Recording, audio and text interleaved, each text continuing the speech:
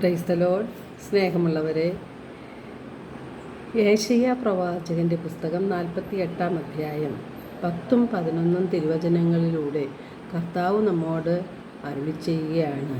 ഞാൻ നിന്നെ ശുദ്ധീകരിച്ചു, വെള്ളി പോലെയല്ല, കഷ്ടതയുടെ ചൂളയിൽ നിന്നെ ഞാൻ ശോധന ചെയ്തു. എനിക്ക് വേണ്ടി, അതെ, എനിക്ക് വേണ്ടി മാത്രമാണ് ഞാനത് ചെയ്തത്. ഈ വചനം നമ്മെ വളരെയധികം ആശ്വസിപ്പിക്കുകയും ചിന്തിപ്പിക്കുകയും ചെയ്യുന്ന വചനമാണ്. സഹനത്തിൻ്റെയും കഷ്ടതയുടെയും ചൂളയിലൂടെ കർത്താവ് നമ്മെ മുന്നോട്ട് നയിക്കുന്നത് കർത്താവിന് നമ്മെ സ്വന്തമാക്കാൻ വേണ്ടിയാണ്. നമ്മുടെ ജീവിതത്തിൽ പ്രശ്നങ്ങളും സഹനങ്ങളും അതുപോലെ കഷ്ടതകളും രോഗങ്ങളും എല്ലാം ഉണ്ടാകുമ്പോൾ നാം പെട്ടെന്ന് പകച്ചു പോകും. ഇതെന്താണ് ഇങ്ങനെ സംഭവിക്കുന്നത് എന്ന് നാം ചിന്തിക്കും.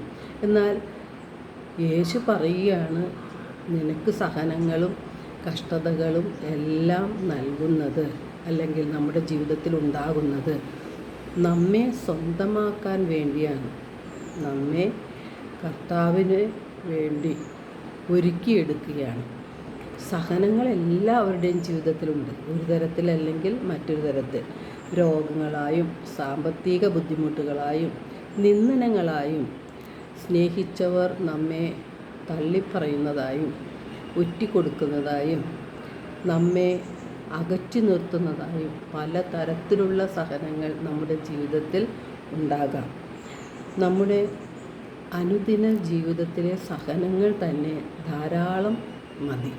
മറ്റു സഹനങ്ങളെക്കുറിച്ച് നമ്മൾ ചിന്തിച്ച് അല്ലെങ്കിൽ ആ സഹനങ്ങളെ തേടി നാം നടക്കേണ്ടതില്ല. ദൈവം തന്നെ അനുദിന ജീവിതത്തിൽ നമുക്ക് സഹനങ്ങൾ നൽകുന്നുണ്ട്. അത് കുടുംബത്തിൽ നിന്നോ സമൂഹത്തിൽ നിന്നോ ഒക്കെ ഉണ്ടാകാം. സഹനങ്ങൾ ഉണ്ടാകുമ്പോൾ നമ്മുടെ മനസ്സിൽ പ്രത്യാശ നഷ്ടപ്പെട്ട് നിരാശ തോന്നാം. എന്നാൽ നിരാശ കൊണ്ടുവരുന്നത് സാത്താനാണെന്ന് നാം അറിഞ്ഞിരിക്കണം.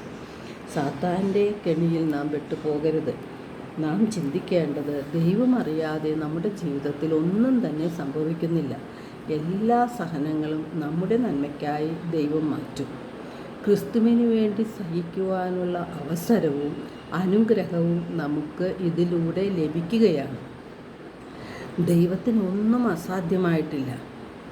ജീവിത പങ്കാളിയിൽ നിന്നോ മക്കളിൽ നിന്നോ ആര് നമ്മെ തള്ളിപ്പറഞ്ഞാലും ഒറ്റിക്കൊടുത്താലും വഞ്ചിച്ചാലും ഒരിക്കലും നമ്മെ വിട്ടുപിരിയാത്ത, നമ്മെ തള്ളിപ്പറയാത്ത ഒരു കർത്താവ് നമുക്കുണ്ട്. നമ്മുടെ പാപങ്ങൾക്ക് വേണ്ടി സ്വന്തം ജീവൻ ബലിയർപ്പിച്ച ആ യേശുനാഥൻ എപ്പോഴും നമ്മോട് കൂടെ ഉണ്ടായിരിക്കും. നാം ഓരോരുത്തർക്കും വേണ്ടി കുരിശിൽ അതിദാരുണമായ വിധത്തിൽ പീഡകൾ സഹിച്ച് യേശു ബലിയർപ്പിച്ചു. ഈ യേശുവിന് വേണ്ടിയാണ് നാം ജീവിക്കേണ്ടത്.